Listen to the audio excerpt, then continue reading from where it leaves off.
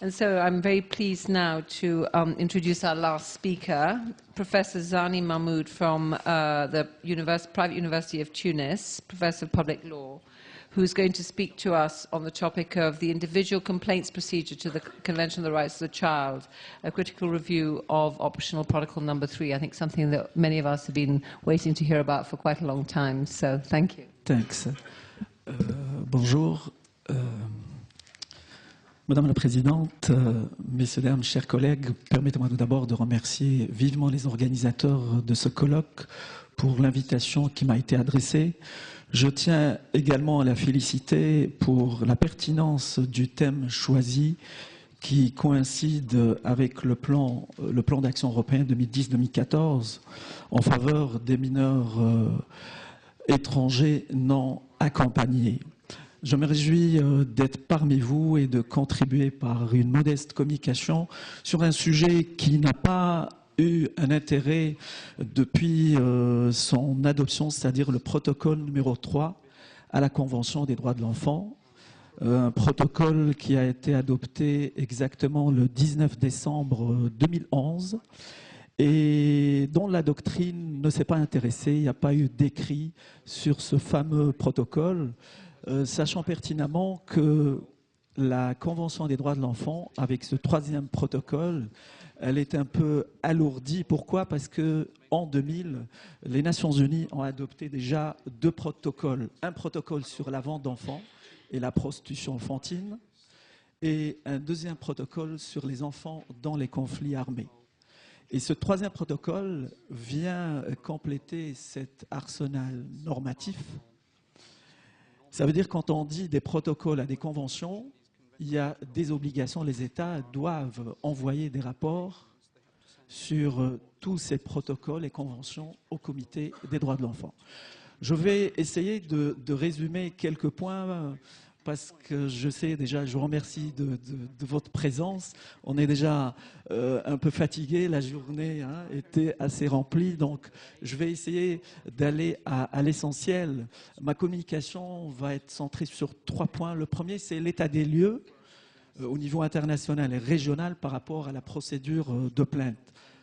D'une autre manière, est-ce qu'il existe au niveau régional et international des procédures permettant aux enfants, parce que c'est ça l'intérêt, de saisir des instances internationales susceptibles de protéger leurs droits. La Convention des droits de l'enfant, comme vous le savez, elle a été adoptée par l'Assemblée générale des Nations unies le 20 novembre 89. Elle est entrée en vigueur le 2 septembre 90. Actuellement, elle est ratifiée par 193 États. C'est le traité largement ratifié dans le cas des Nations Unies, mais ça ne veut pas dire que 193 États, ça veut dire que la Convention est respectée dans la plupart de ces pays, parce qu'il y a un grand décalage entre la pratique et la théorie. Donc, je dirais 193 États, quelque part, c'est un peu un tableau, je dirais Picasso, c'est un tableau quelque part original, mais à admirer, je dirais, sur le plan théorique. Sur le plan pratique, on voit que tous les États qu'ils ont ratifiés violent la Convention. Des dispositions de la Convention sont violées au quotidien. Donc la Convention, lorsqu'elle a été adoptée, elle ne prévoyait pas un mécanisme de plainte. Ça veut dire que le Comité des droits de l'enfant ne peut pas avoir un support autre que les rapports des États pour examiner est-ce que vraiment les rapports des États, c'est-à-dire les données recueillies par les États dans le rapport, est-ce que vraiment ça reflète la réalité au niveau interne? Pourquoi? Parce que la procédure de plainte permet à des ONG, justement, de dénoncer la pratique de leurs propres États auprès du comité. Et donc, lorsque la Convention a été adoptée, à ce jour, cette procédure de plainte reste quelque part chimère. Au niveau régional, ça c'est international, donc ça veut dire que l'accès des enfants à des mécanismes au niveau international, notamment au Comité des droits de l'enfant, susceptible de les protéger, elle n'existe pas. Au niveau régional, notamment au niveau du Conseil de l'Europe, et ça peut-être, c'est ça l'intérêt, Au niveau du Conseil de l'Europe, la situation est tout à fait différente. Pourquoi? Parce que, en pratique, les enfants mineurs, au niveau du Conseil de l'Europe, ont la possibilité de saisir la Cour européenne des droits de l'homme sans la condition de capacité juridique, alors que, comme vous le savez, cette capacité est importante au niveau interne pour rester en justice. En pratique, les enfants mineurs, au niveau européen, ont eu la possibilité d'exercer leur droit de pétition devant ce qu'on appelait l'ancienne Commission européenne des droits de l'homme, dans des domaines qui sont couverts par la Convention européenne, c'est-à-dire des domaines comme la liberté d'expression, l'article 10 de la Convention européenne des droits de l'homme, ou le fameux article 8 qui parle du respect de l'intimité des enfants. Bien sûr, la Cour européenne des droits de l'homme examine, et c'est peut-être ça l'importance, examine de manière rigoureuse les requêtes qui sont présentées par des mineurs en tenant compte de 3 aspects. Le premier aspect, l'intérêt supérieur de l'enfant, que ma collègue vient justement d'analyser. Le deuxième point, leurs besoins particuliers. Et le troisième point, c'est la protection de l'anonymat des enfants mineurs. Donc, vous voyez, l'accès des mineurs, généralement par ce qu'on appelle un avocat ou un représentant légal auprès de la Cour européenne, est largement ouverte à ces enfants. Et dans le cadre du Conseil de l'Europe, il y a ce qu'on appelle la fameuse Charte sociale européenne. En 1995, le Conseil de l'Europe a adopté un protocole à cette Charte sociale européenne permettant la mise en place de ce qu'on appelle de plaintes collectives. Ça veut dire des réclamations collectives, des ONG ou des organisations d'employeurs et de travailleurs peuvent adresser au comité des droits sociaux des plaintes contre des États qui violent les droits sociaux des enfants. Donc en pratique, il y a eu pas mal d'affaires, notamment une affaire concernant la France en 2002, où la France a été sanctionnée par ce comité pour non-respect des droits des personnes handicapées. Si on va plus loin dans la réflexion, alors ça, c'est aussi intéressant. Au niveau de la Cour pénale internationale, il y a le statut de Rome, de la Cour pénale internationale, qui permet effectivement à des mineurs de participer à la procédure dans tous les stades de la procédure devant la Cour pénale par un représentant légal ou bien par un ancien juge ou procureur qui connaît très bien la procédure. Les enfants peuvent même aller donner, c'est-à-dire un complément d'information. Mais cette procédure est ouverte justement aux enfants qui sont victimes, des enfants mineurs victimes, je dirais, d'actes criminels, ou qui sont plutôt témoins. Donc, si vous voulez, sur le premier point, la conclusion sera très brève, c'est qu'il y a ce qu'on appelle un accès limité des enfants,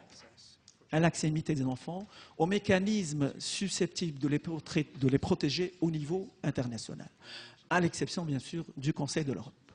Le deuxième point, et puisque je dirais c'est le cœur du protocole de mon intervention, c'est le protocole numéro 3 à la Convention des droits de l'enfant.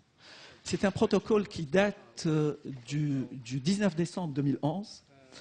Et depuis cette fameuse date, à ce jour où je suis en train de parler, le 24 octobre, il n'est pas entré en vigueur.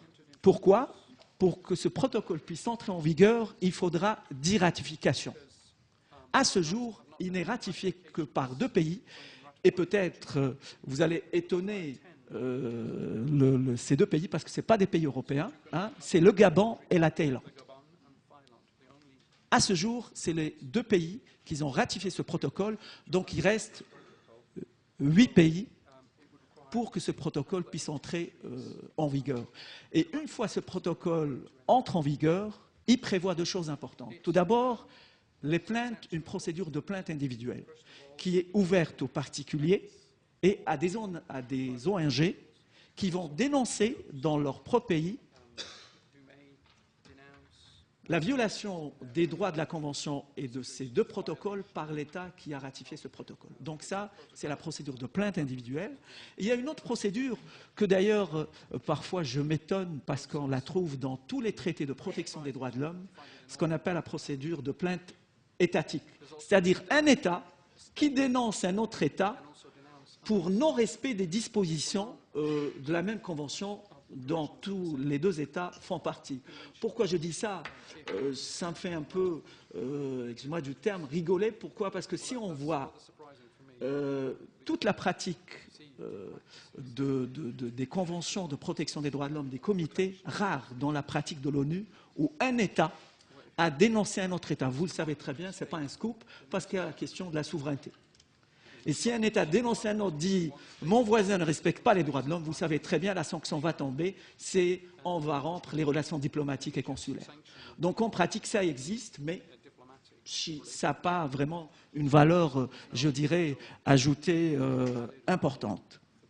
Et il y a une troisième procédure qui est prévue dans ce protocole, ce qu'on appelle la procédure d'enquête. Ça veut dire qu'une fois il y a une violation des droits de l'enfant dans un pays, mais ces violations doivent être à un degré très élevé, ce qu'on appelle des violations systématiques. Le comité des droits de l'enfant peut aller sur place et vérifier si vraiment il y a violation ou non.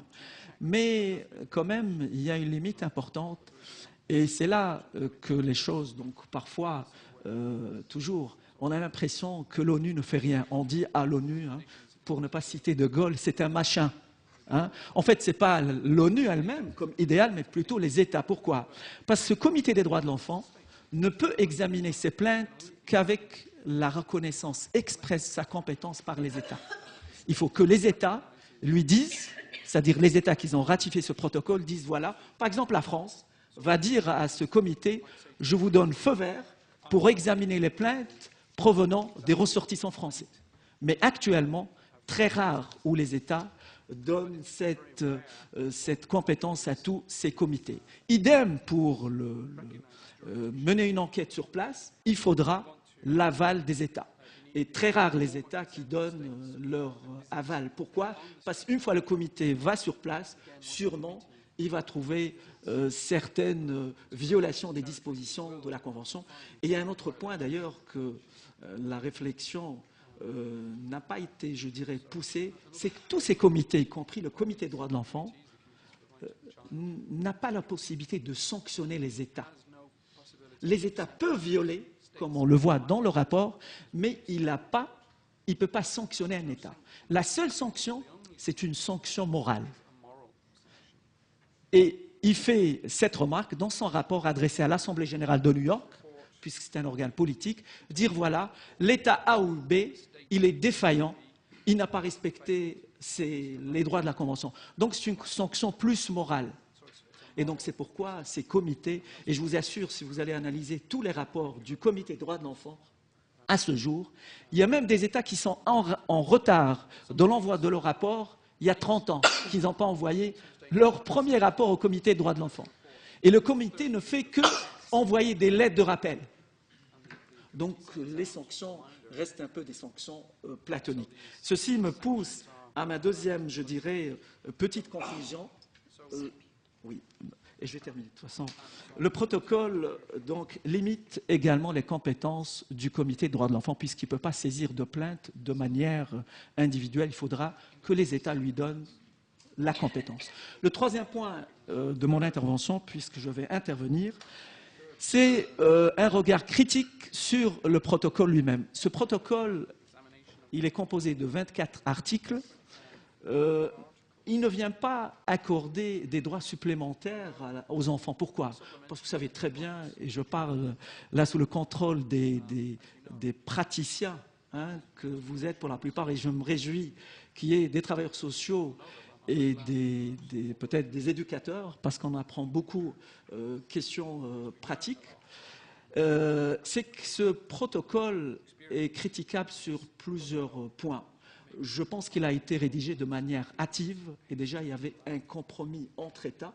Il y a certains qui ne voulaient pas, par exemple les pays africains se disent, comment se fait-il traditionnellement, on ne peut pas permettre à nos enfants de saisir un comité pour dénoncer, par exemple, sa propre famille, en dehors de l'État dont on fait partie. Les pays asiatiques aussi. Quelques peut-être pays européens sont intéressés par cette procédure. Alors, si on analyse le protocole lui-même, quelques critiques. Premièrement, il ouvre la possibilité d'adresser à ce comité des plaintes individuelles de particuliers, mais quand même, il ne précise pas une question importante et que j'étais d'ailleurs très attentif aux intervenants qui m'ont précédé. La défenseur des droits qui a parlé la première journée, j'aurais aimé qu'elle puisse préciser, puisqu'elle a parlé de la possibilité de saisine, mais on n'a pas dit les conditions de saisine. Vous savez très bien, une question qui se pose, est-ce que c'est ouvert à tous les enfants? Est-ce qu'un enfant de 8 ans peut saisir? Ce qu'on appelle, est-ce que l'enfant est suffisamment mûr? Au niveau européen, le standard qu'on a mis comme âge, c'est entre 10 et 12 ans. On dit que les enfants sont un peu mûrs pour saisir peut-être un organe juridictionnel. La deuxième critique, c'est que ce protocole n'est pas ouvert aux réserves. Vous savez, les États ne peuvent pas dire « j'applique ce protocole et je formule des réserves ». Ceci explique que, d'ailleurs, peu d'États l'ont ratifié, c'est-à-dire on ne peut pas interdire aux États de ne pas formuler des réserves. Donc en pratique, ce protocole qui interdit automatiquement les réserves explique pourquoi il n'y a que 2 États pour l'instant qui l'ont ratifié. Une troisième critique importante, c'est que ce protocole ne prévoit pas ce qu'on appelle une procédure de plainte collective, c'est-à-dire permettant à des ONG de le saisir. Pourquoi? Parce que dans l'avant-projet, les États n'étaient pas d'accord. Pourquoi? Parce que les ONG, vous savez très bien, il y a certaines ONG qui sont politisées. Donc c'est pourquoi on a dit non. Donc c'était fermé, la porte auparavant était ouverte, maintenant c'est fermé pour les ONG. Enfin, une quatrième critique importante, aucun article n'envisage la coordination avec d'autres mécanismes susceptibles d'intéresser aux enfants. Et il y a 2 mécanismes importants, la rapporteure spéciale de l'ONU sur la vente et la prostitution enfantine et le représentant du secrétaire général de l'ONU sur les enfants dans les conflits armés. Enfin, je dirais, et peut-être je vais fâcher ma collègue de l'UNICEF, vous m'excusez avec tous mes respects, je dirais qu'il ne faut pas tirer de conclusions hâtives sur ce principe, je dirais, la pierre angulaire de la Convention des droits de l'enfant, l'intérêt supérieur des enfants. Moi, je dirais que c'est une notion qui est un peu en pratique floue. C'est un fourre-tout, puisqu'on la véhicule à tout bout de champ, alors que la Convention elle-même ne comprend pas des critères déterminant c'est quoi l'intérêt supérieur de l'enfant. La solution, c'est qu'il appartient aux juges nationaux de déterminer c'est quoi l'intérêt ou l'intérêt supérieur des enfants dans les procédures impliquant des enfants mineurs. Ma conclusion, c'est que ce protocole numéro 3 à la Convention des droits de l'enfant est intéressant dans le sens où il renforce la fonction de contrôle du Comité des droits de l'enfant. Simplement, étant donné qu'il ne permet pas à des enfants de les saisir directement pour l'instant, donc je pense l'intérêt reste au niveau du contrôle du comité, mais pas aux enfants, c'est-à-dire les intéressés eux-mêmes. Si peut-être le protocole serait ratifié, il entrera en vigueur, et si les mineurs, les enfants mineurs, pourraient saisir directement, sans condition d'ailleurs, un comité des droits de l'enfant, ça serait vraiment, je dirais, une révolution, une véritable révolution en droit international des droits de l'homme. Voilà, je vous remercie infiniment de votre attention et j'espère que j'ai... Merci beaucoup. Thank you very much. That was a terrific, concise and very clear presentation. I'm going to actually now, I'm afraid, ask you to save your questions for informal interactions because we've only got a few minutes left, and I know that Daniel Sinovier wants to make some closing remarks. So, Daniel, do you want to come now? Or? We can have 5 minutes of questions? Oh, okay. So we have 5 minutes of questions. So would anybody like to pose a question to either of our 2 panelists?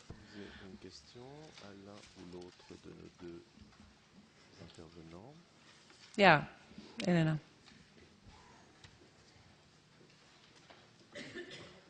Merci.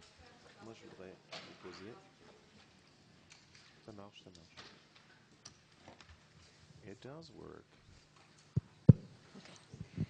To ask you to, Jyoti, whether you can tell us more about the balance between the right to family unity and development rights, which I think is one of the most controversial issues when looking for a durable solution for unaccompanied children.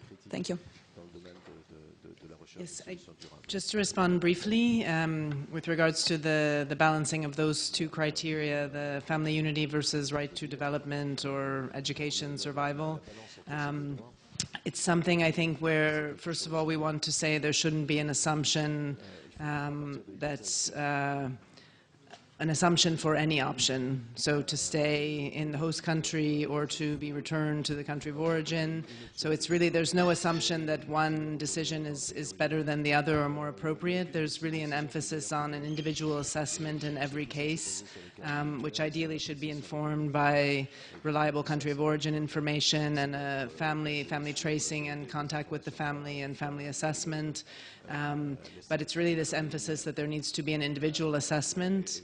And in the, I think in looking at the criteria then, as I would agree with what you were saying, that best interest is not defined in the convention or is vague in the way it's used. So it's important that we then look at the national case law, and also that in the training materials in particular, we will look at case studies to try to clarify that further, to show where some weight was given. So, but it's also in a way, I think, something we're cautious that's not to have too many checklists, not to say, well, it's as I think was discussed earlier in the group when they were talking about the changes in the Netherlands, do you say, well, 5 years of living in the country is integration, or 7 years, or not to put some checklists where you have a very strict benchmark, but to say you really need to look at every case, you really need to look and listen to the child. And I think some countries, again, are looking at strengthening those procedures for listening to the child and their opinion. And again, to have a durable solution, we would argue that's really a crucial element, to have their views and the views of their caregivers. But I think we can discuss it further also on the bus. But I think individual assessment and looking at case law and case studies. Thank you very much. I think we'll just maybe thank the panelists very much for these excellent presentations, and we'll hand over to Daniel. So thank you both very much indeed.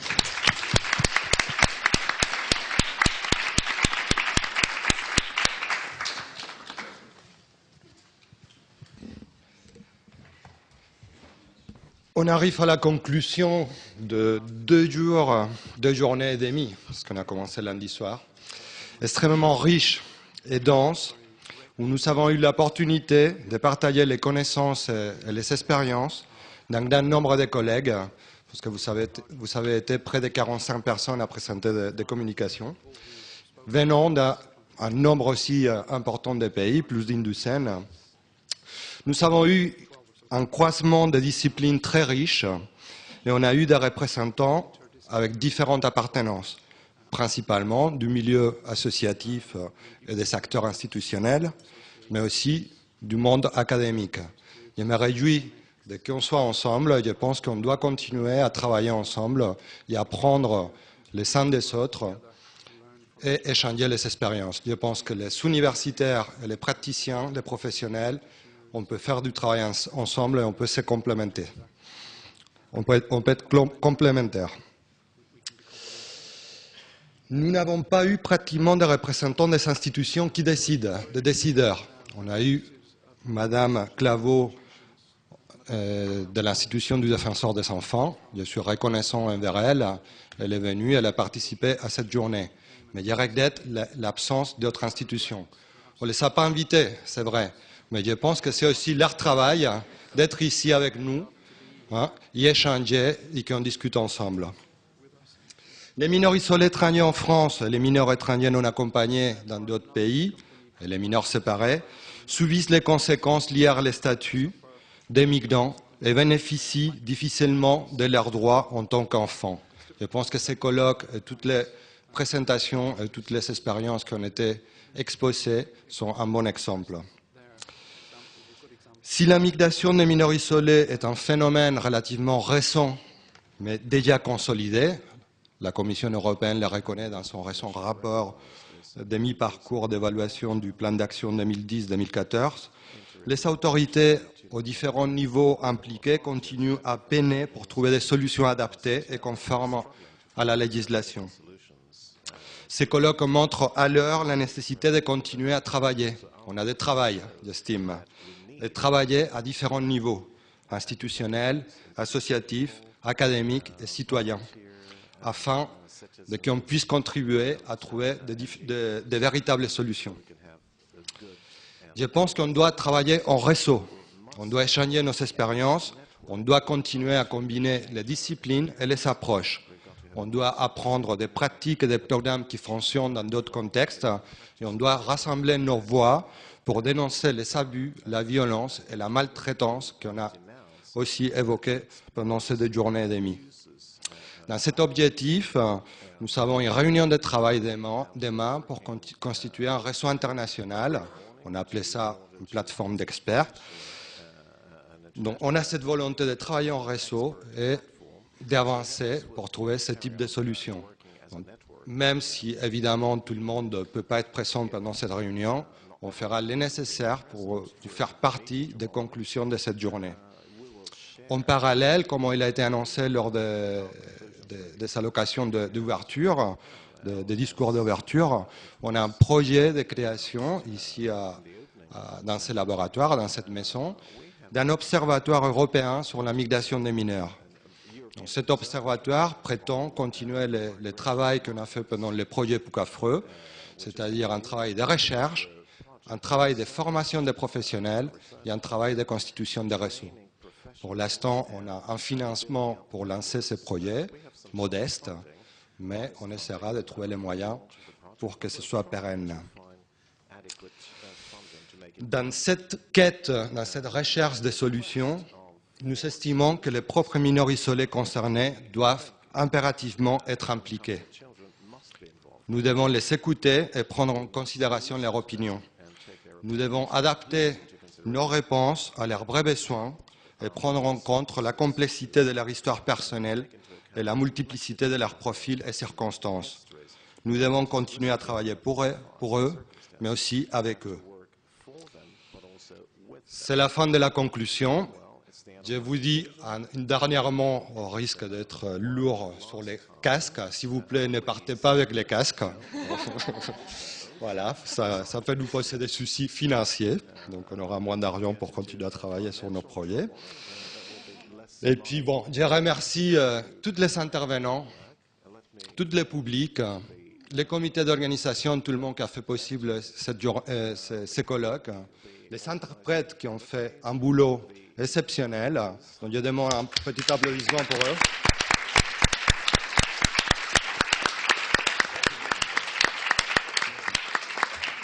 Et maintenant, on va se reposer parce qu'on est très fatigué, mais en ce moment, on n'a peut-être pas très envie d'organiser un autre colloque, mais qui sait, peut-être à bientôt. Merci beaucoup.